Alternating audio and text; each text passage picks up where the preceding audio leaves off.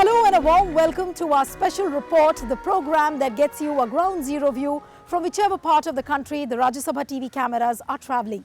This week we are in the capital city of God's own country, Kerala, a state that is undergoing a demographic transition with a rapidly aging population coupled with a number of socio-economic factors like migration, unemployment. Over the next 30 minutes, we take a closer look at all these stark realities which are staring the state.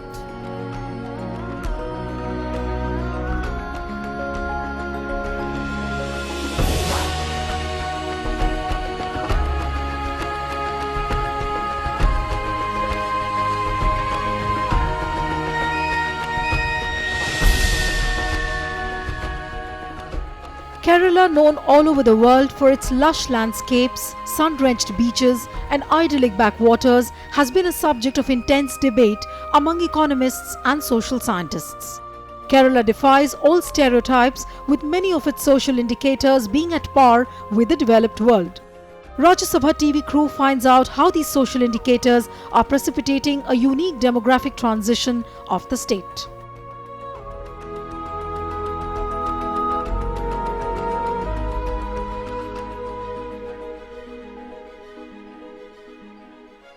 If population trends and hesitant statements by state ministers are a clue, Kerala is all set to face some difficult and politically inconvenient choices linked to its final stage demographic transition. In fact, signs of new dilemmas are already evident in Kerala society.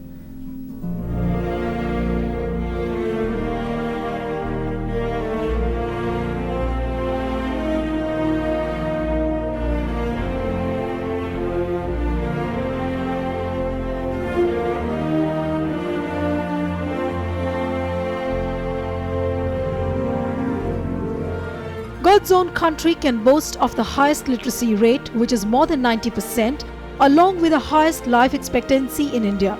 Not only this, even lowest infant mortality, lowest school dropout rate are the hallmarks of this developed state, where the society is by and large matrilineal, where women are more empowered.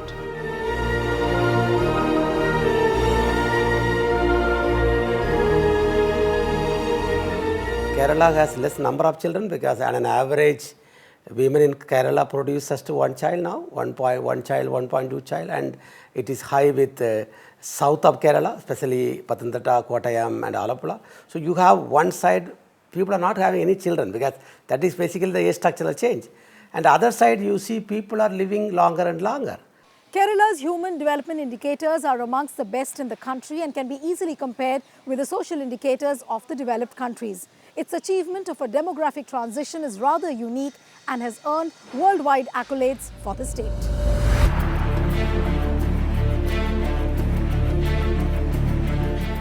Kerala has drawn both international and national attention due to its impressive performance in social development and demographic transition. Its population development model is ideal for developing countries who are struggling with issues of population and poverty.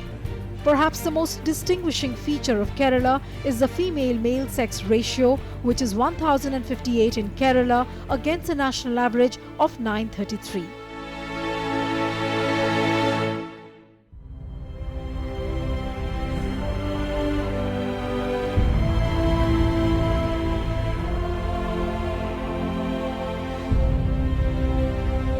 When it comes to low population growth, Kerala competes with Europe and US.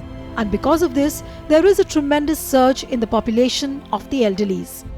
People above 60 constitute 13% of the state's population of 3.34 crore compared to the national figure of 8.2% according to the 2011 census.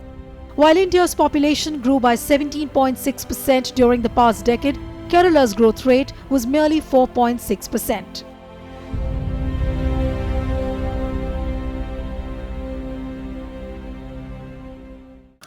Old age or the senior citizens, they have increased to 12.75%. Okay. When we compare with the national average, national average is only 8. It has not crossed 10. But the only state which have crossed 10% is Kerala. So the whole Kerala is called old age society now.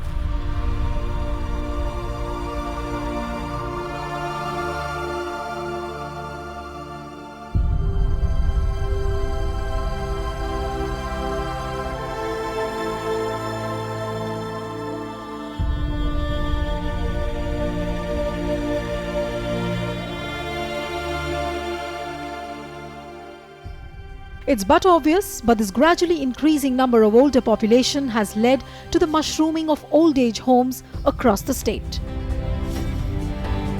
Kerala has at present close to 400 old age homes, where government has set apart 5 lakhs each for 40 panchayats for setting up the old age homes, and another 42 crore proposed to be spent on upgradation of existing ones under the government modernization program.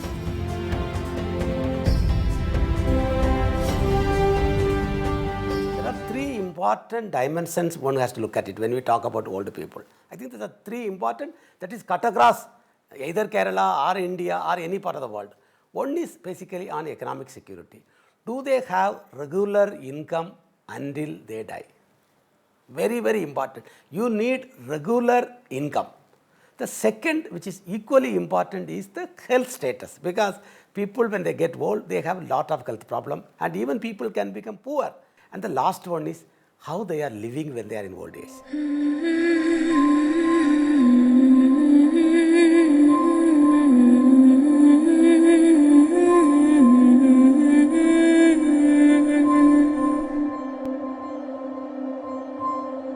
This building which you see behind me is one of the ancient old age homes in Kerala.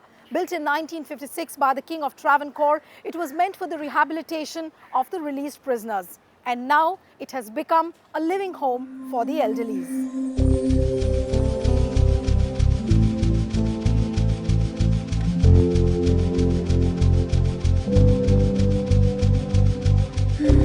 A peek into the lives of the people living inside these old age homes holds a mirror to the Kerala society.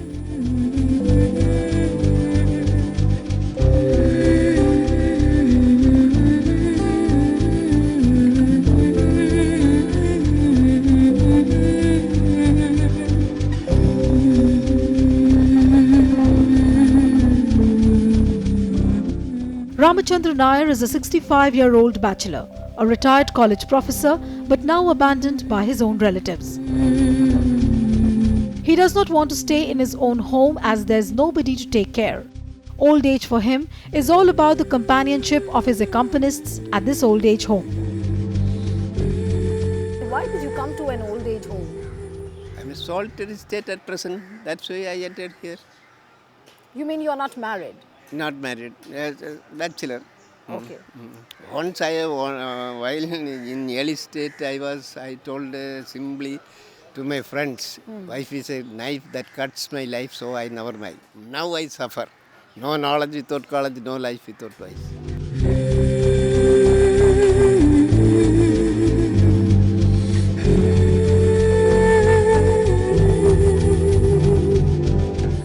Thangama's son had to shift to Dubai for work but had no money to take care of his mother. She has no option but to stay here. आपको यहाँ पे कोई problem तो नहीं है? എന്തെങ്കിലും പ്രശ്നമുണ്ടോ ഇവിടെ കൊള്ളാമോ എന്നാണ് ചോദിക്കുന്നത്. കൊള്ളാം, എല്ലാം കൊള്ളാം. You are happy? സുഖമാണോ നല്ലതാണോ എല്ലാം ഉണ്ട്, എല്ലാം സന്തോഷമുണ്ടോന്ന്? ഉണ്ട്, സന്തോഷമുണ്ട്.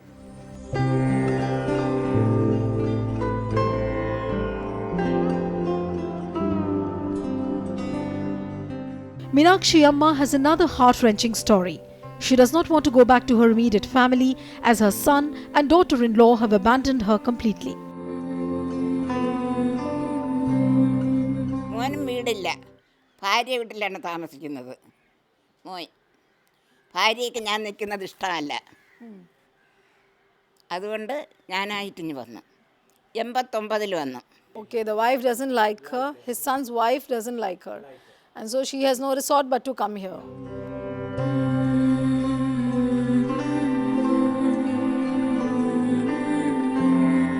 But there are many like this man who have no qualms or regrets in life but prefer to stay in an old age home by choice.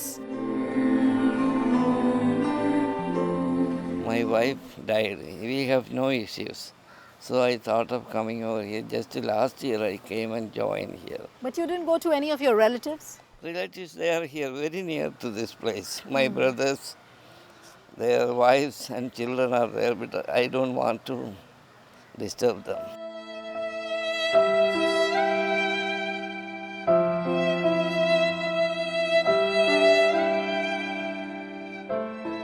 In a Kerala old age home, every story you come across or every face you countenance has an emotional conflict within. They are ones who are helpless but can't do much. We couldn't ask for anything more than blessings, so even I had my share. How are you? आप कैसे हो? How are you?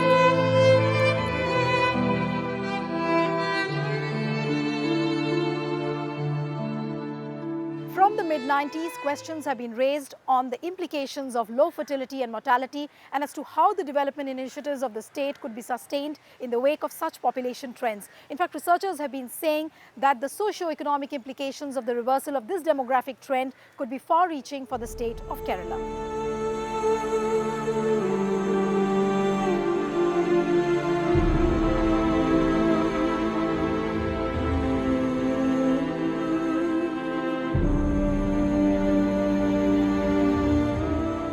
A study by the State Planning Board has made some startling revelations regarding the number of elderlies, that's people above 60 years, is all set to rise from 3.62 million in 2001 to 8.93 million by 2051. The study even estimates that the growth rate among the elderlies will be the highest during 2011 to 2021 and will decline thereafter to a low of 7.5% in 2041 to 2051.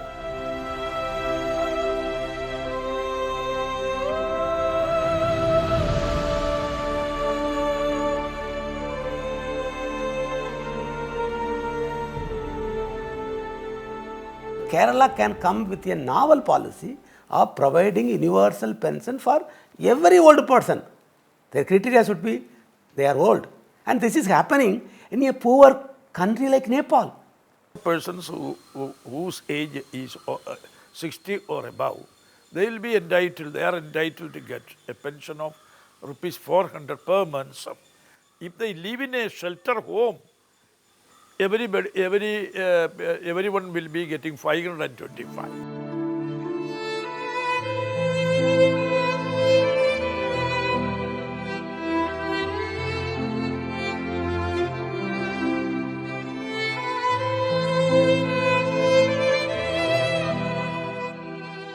Kerala has more institutions for the elderly than any other state in India.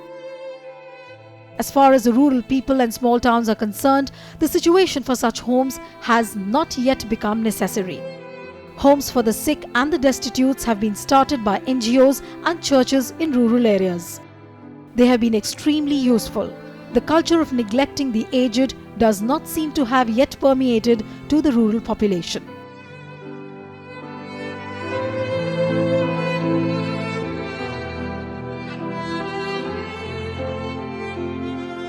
These old age homes are full of heart-rending stories. In fact, emotional support is the biggest succor you can provide to these elderlies. So while I get the opportunity to do so, we'll take a break at this point in time and return with lots more. So don't go away.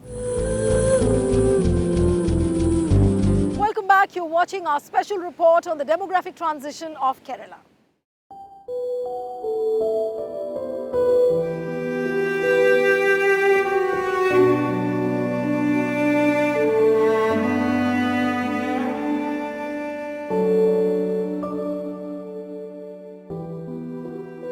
The higher life expectancy in Kerala have added to the financial burden on the state. The surge in the population of the elderly in Kerala has brought in its wake many crises. While the percentage of employees in the population is 5.34%, pensioners account for 5.5%, which means the number of pensioners have exceeded the number of employees.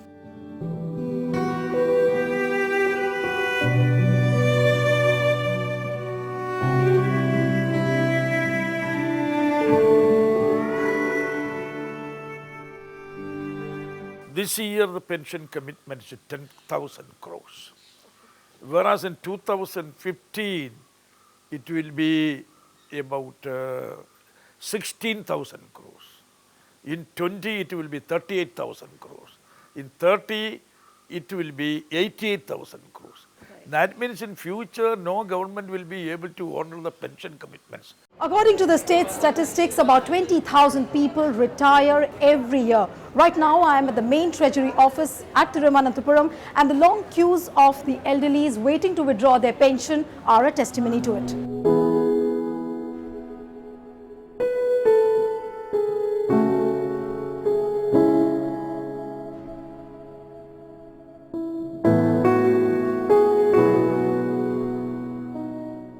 Takes a lot of time for receiving the money. And here is a crowd, huge crowd every day. They have not enough staff for them.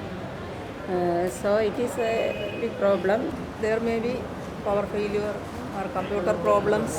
Then they have to wait for so many hours.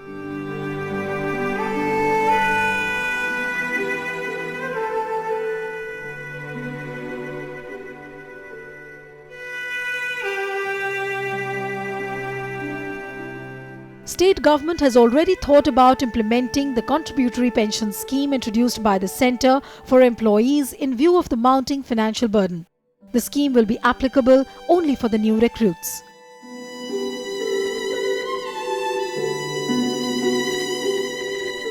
Unless the present system is changed, they will not get pension in future, because the government will not have the capacity to give the pension. Suppose in 2030, it will be 88,000. And at 30, it will be 2 lakh crores. Who can pay the amount?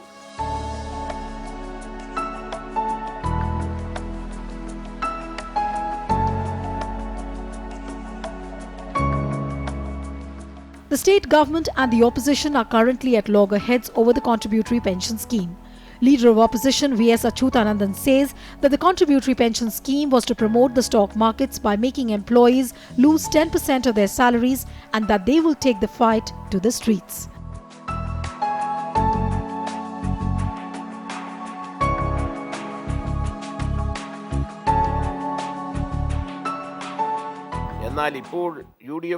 Now the UDF government has imposed contributory pension scheme, even in Kerala, and have cancelled the statutory pension scheme. This will create much difficulty for the old and the poor.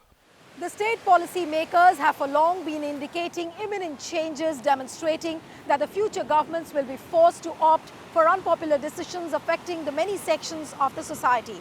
But such ideas have not gone down well.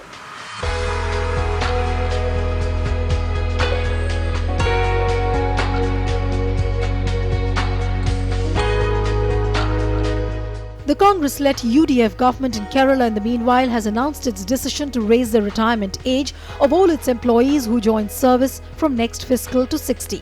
However, the announcement in the 2013-14 state budget does not bring cheers to existing employees who have to retire on completion of 56 years, as the increase in the superannuation age will cover only newcomers.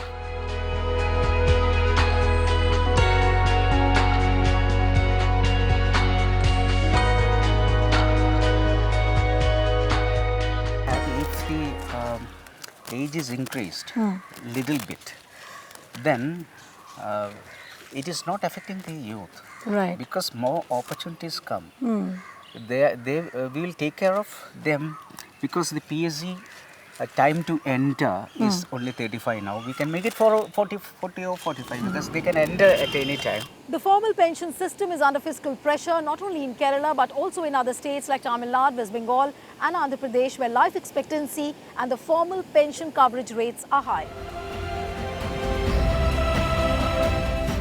The increase in retirement age sparked instant protests from youth outfits of the CPIM and the CPI, who took out marchers and burnt effigies of Finance Minister K.M. Mani in front of the Secretariat.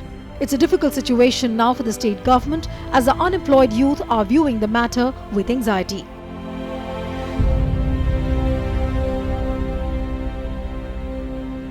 Educated unemployment also is very high in Kerala. In that case, because of that, those unemployed, especially educated unemployed, are looking for vacancies. And then if the retirement age is raised naturally, there will be agitation from the youth. Time now for a short break. On the other side, we return with many more issues related to the demographic transition of Kerala. Don't go away, back in a moment. Welcome back. You're watching our special report on the demographic transition of Kerala.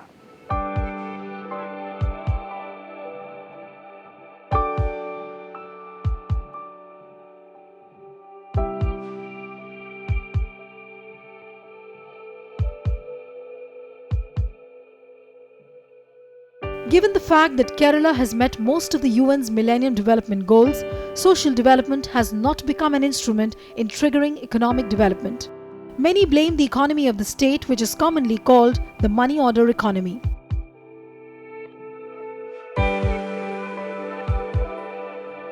We have the so-called Kerala model of development based on the spread of primary education, higher education, then healthcare. Large number of schools and colleges are existing in the government sector as well as in the aided sector. That means the governmental machinery, the aided sector and the governmental sector makes a very big sector. Remittances coming from the non-resident Keralites, popularly called NRK, working abroad account for a significant portion of the GDP. According to the Ministry of Overseas Affairs, at present, there are about 34,30,889 non-resident Keralites.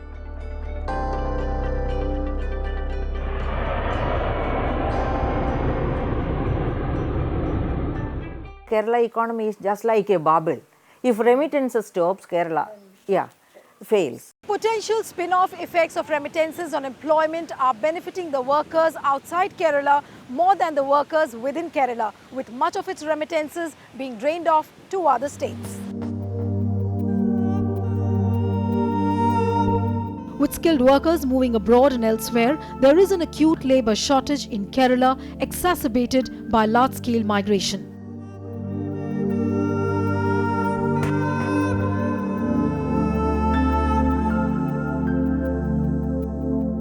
There are lots of migrant labourers who are working at the construction sites and also at the restaurants as service boys. Let's speak to a few of them who are here with me. आपका नाम क्या है? मेरा नाम विश्वजीत। विश्वजीत, आप कहाँ से आए हो? हम झारखंड से। झारखंड से। तो आप यहाँ पे केरला में क्यों आए? काम करने के लिए, पैसा कमाने के लिए आए हैं झारखंड केरला में। तो आपको यहाँ पर एक दिन में कितना मिलता है? एक दिन में 500 रुपये। एक दिन में 500 रुपये। लेकिन आपको किसी ने ये नहीं बोला कि अपने स्टेट में ही काम करो, इधर क्यों आ रहे हो? कौन बोलेगा, यहाँ अपना मजदूरी जहाँ 2 पैसा ज़्यादा होते हैं वही आते हैं।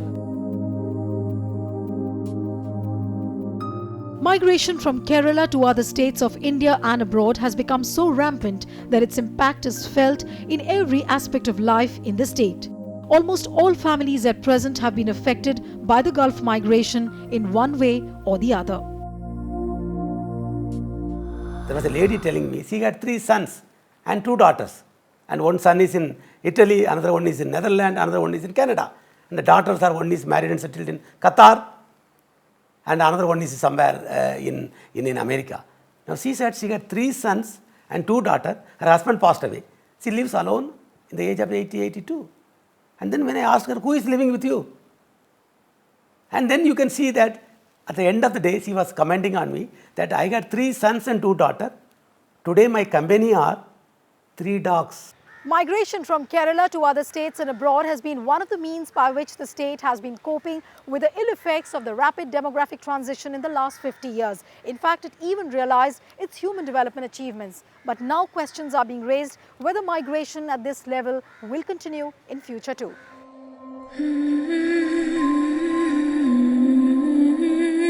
Joblessness is rife due to the lack of a robust manufacturing base, more than 15% in urban areas, 3 times the national average. The vast majority of educated unemployed have to go elsewhere for work. Economists and experts say that these are signs of Kerala facing second-generation problems of growth.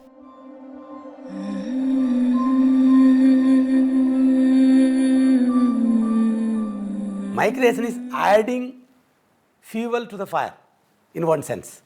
So that add more psychological and social support is losing in Kerala. Across the world, whichever countries have relied on a youthful labour force in the last 3 decades are facing a rapidly ageing population, which are presenting both short-term and long-term challenges.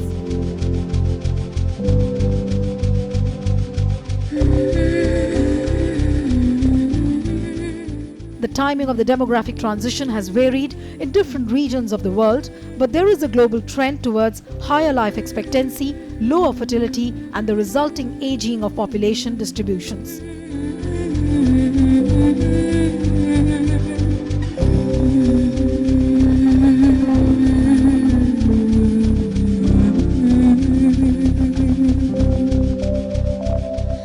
Whether it's Kerala or any developed country, a development model is always associated with a number of socio-economic issues in its foreseeable future.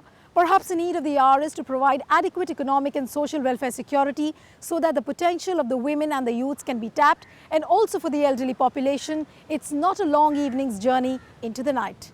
That's all the time we have for. See you next time from another place with another issue. Goodbye and thanks for watching.